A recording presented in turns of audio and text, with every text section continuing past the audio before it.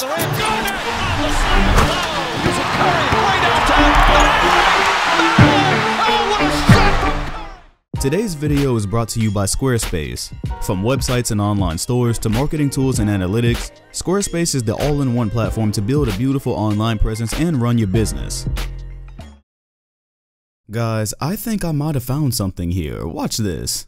41 years, that's how long the Sonics were in Seattle. And then they got taken away. The fault is with old owners, new owners, government. Just a frustrating thing. And look at those guys in Oklahoma City. What is wrong with them? And it turns out I had the answer because I put a curse on them. Now, I'm going to show you a little bit about how to make a curse, but in the meantime, I'm going to show you what the product is that I use to do that. Look at that face. That is the face of the man that has cursed the Oklahoma City Thunder.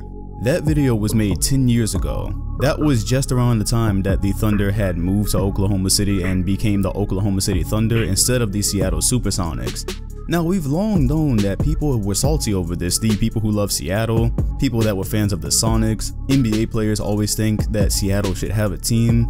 And this guy went the extra mile to lay down a curse with some like magic pixie dust. But hold up, because in the 10 years since he's done that, the Thunder actually have been cursed. Time tends to slip away these days, so something like the 2012 NBA Finals does not feel as far away as it actually is, but that finals is 7 years old. And I'll never forget this picture right here. This was the picture that was going around the night that the Thunder lost to the Miami Heat, and specifically on it, it said something like, "These three are young, they're gonna be back, and we expected them to kind of be the future of the league, or the future leaders of the league."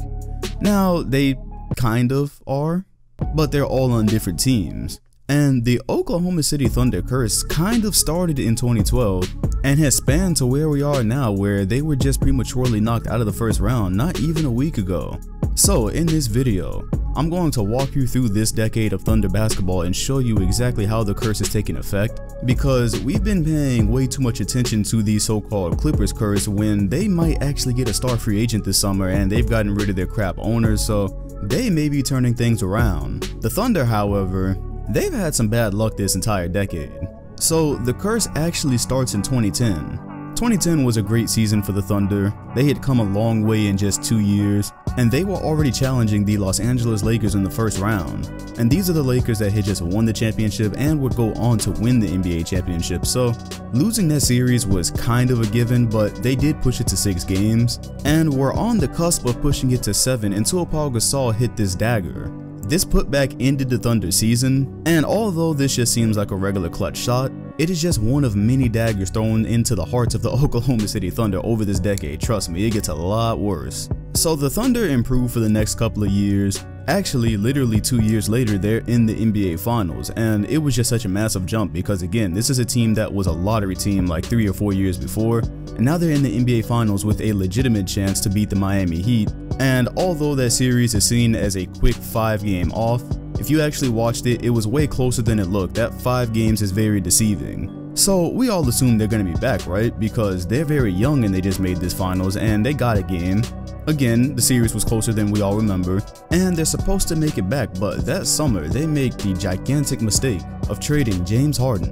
And they trade him to the Houston Rockets for Kevin Martin, Jeremy Lamb, a 2013 first-round pick that eventually becomes Steven Adams, 2013 second-round pick that becomes Alex Abrinas, and a 2014 first-round pick that becomes Mitch McGary, who this just may be your first time ever hearing of him. Anyways, at the time, remember that James Harden was a sixth man and nobody had a clue that he really had MVP potential. So there were some people that looked at that trade favorably back then. I even specifically remember an NBA TV media member saying that they were now set for the current day and for the future, because in the current day they had Kevin Durant and Russell Westbrook, and for the future they had some picks and Jeremy Lamb. Yes, they were citing Jeremy Lamb as a very good future piece back then, so it took a second for this to become a total loss for them. And this move was purely money motivated. They couldn't really come to terms with what to pay Harden to keep him a part of that trio. But then some people say, well, they could have kept him and traded Ibaka. And even now that we're in 2019, some people say they could have traded Westbrook, but I guarantee you in 2012, if you would have traded Westbrook over Harden, people would have been at Chesapeake Arena with pitchforks. Anyways, it did not even take 2 games for people to realize that James Harden was actually a lot better than he was in his 6-man role, because his first game with the Houston Rockets was against the Detroit Pistons, where he had 37 points and 12 assists. Then he went to ATL and put up 45 in the very next game, so it was pretty clear that the Oklahoma City Thunder had given up something special. However, for pretty much that entire regular season, nobody cared because the Thunder went on to win 60 games, which got them the first seed in the Western Conference, and that was without James Harden.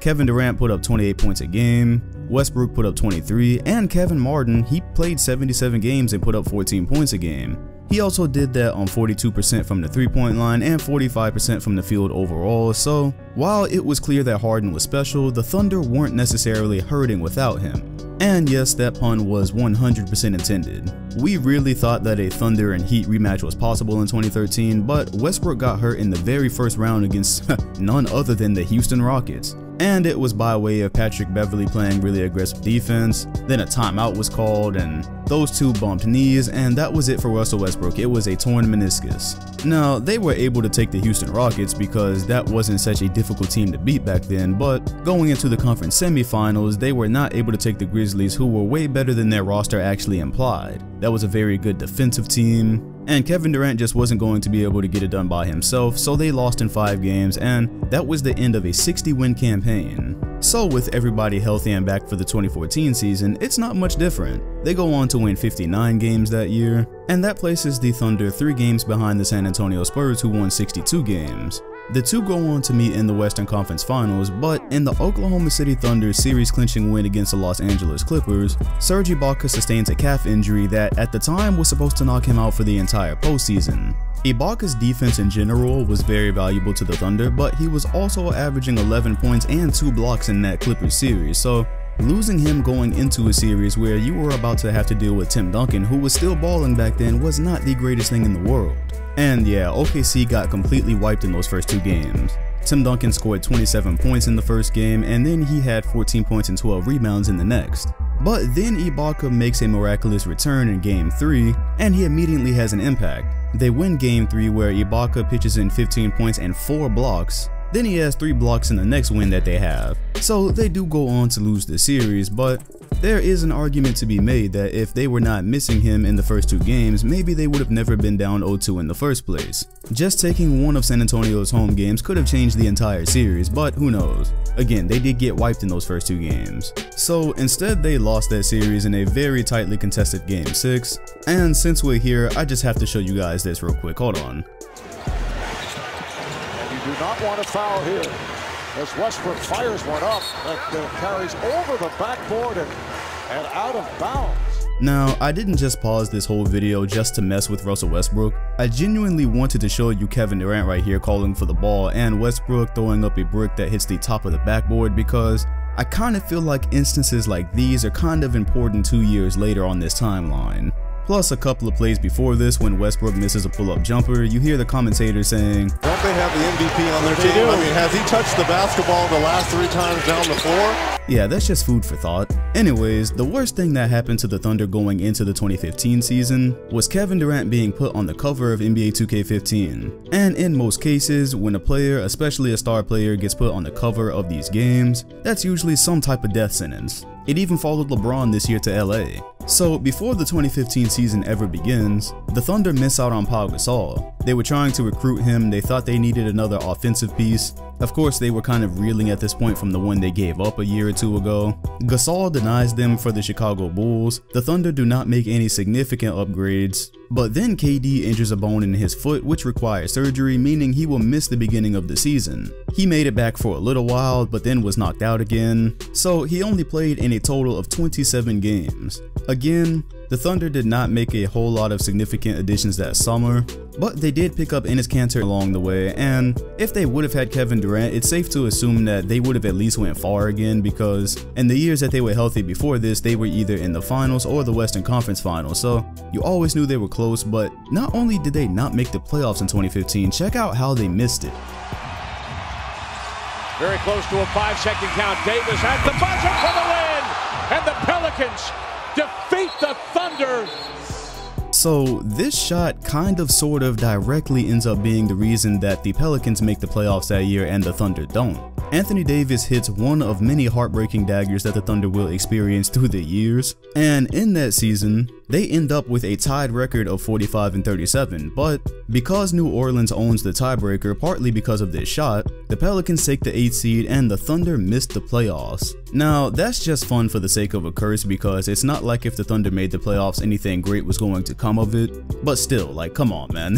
This is just grade A material and it has to be mentioned. That brings us to the infamous 2016 season, and this is probably the best team that the Thunder ever had while KD was there. That was one of Russell Westbrook's best seasons. They'd added Enes Kanter, he was a pretty good help on offense. Steven Adams was coming along. Andre Roberson was playing great defense. That was a really good team, and Iguodala would go on to later say that was the best team in the playoffs that year. And he's not really crazy for it. That team had great defense, great length, great offense, they could run. But there was a bit of foreshadowing that year during Steph Curry's ankle game. That was the game where the Thunder were hit with another famous dagger. And even with Steph Curry being a bit physically impaired in that series, they become victim to one of the greatest comebacks of all time. So when Game 6 came around, the Thunder really had all the momentum in that game. They were up double digits at a good time. Steph Curry was hitting shots here and there, but he wasn't really like Steph from the season. And then Klay Thompson just saved the entire year. He came through with one of the most clutch performances, and all things considered, because of what happens after this, one of the most important performances in NBA history, or one of the most impactful because it's a domino effect. Before that series, there were only 9 teams in NBA history that had ever come back from a 3-1 deficit. And with the Thunder having that many opportunities to close out what at the time was going on to be the best team in NBA history, Game 6 was pretty much the end. It was pretty well understood that if the Warriors were able to get that series back to Golden State for Game 7, they were not going to lose. And so that happened, but that was also really important to the Thunder curse because if they could have just won one of those games, if they could have just held on to one of the double-digit leads that they had in Game 6 or Game 7, they would have went to the NBA Finals.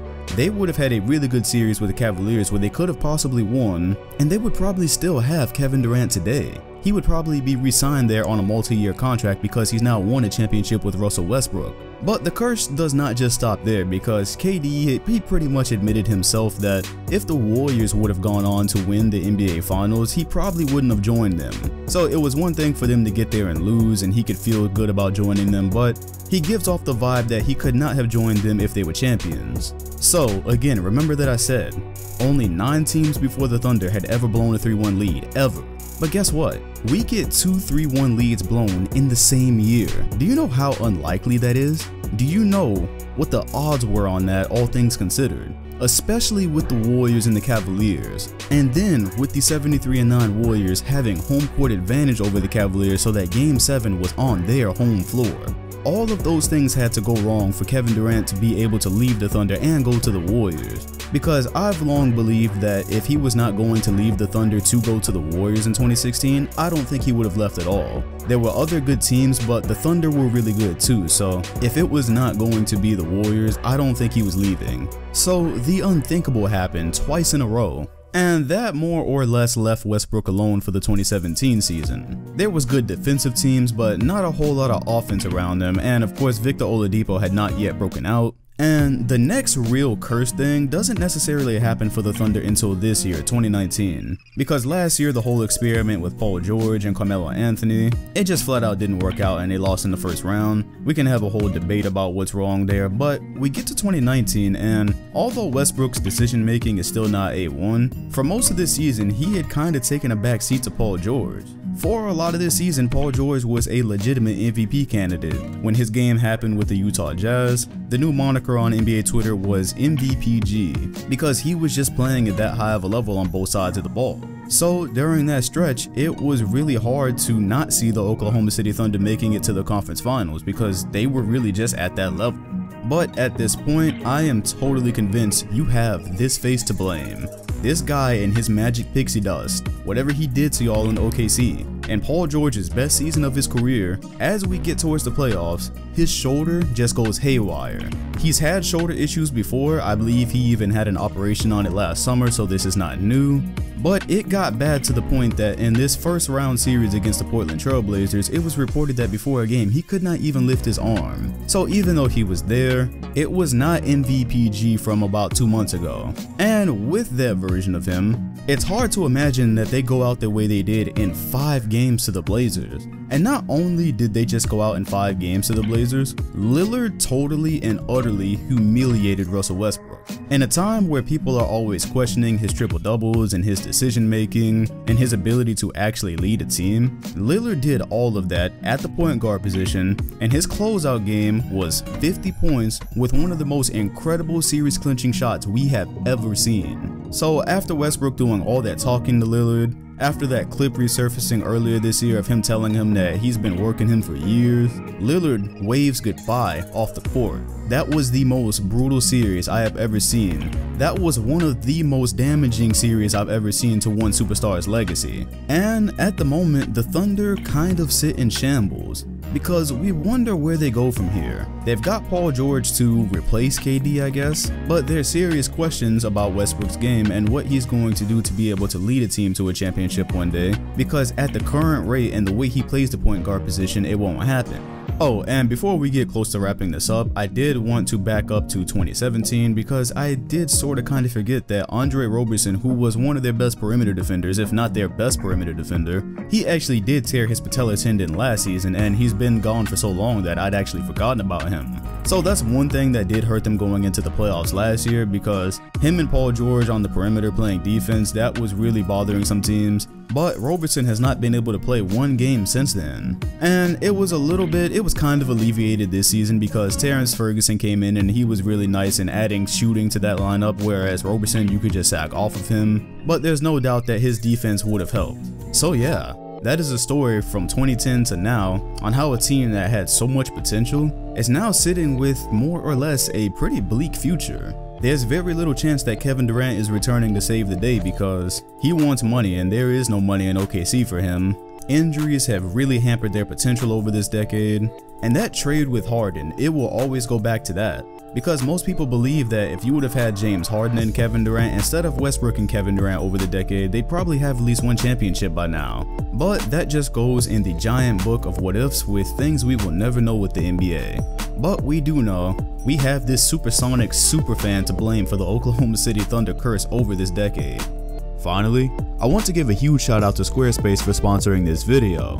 This is an amazing platform to build your own website on because it consolidates everything. You can sell items in your own store, claim a domain, and there's really infinite ways to bring your ideas to life. For example, they have tons and tons of templates to help you get started, so you don't have to go through the trouble of building a website from scratch. Just pick one and start editing what's already there as much as you'd like. Upload your own photos and videos, pick whatever fonts you want. Basically, if you can imagine it, you can create it here. No coding knowledge needed, or anything else like that, which may seem intimidating. So when you're ready to build your own site, head over to squarespace.com for a free trial, and when you're ready to launch, go to squarespace.com/dom2k to save 10% off your first purchase of a website or domain.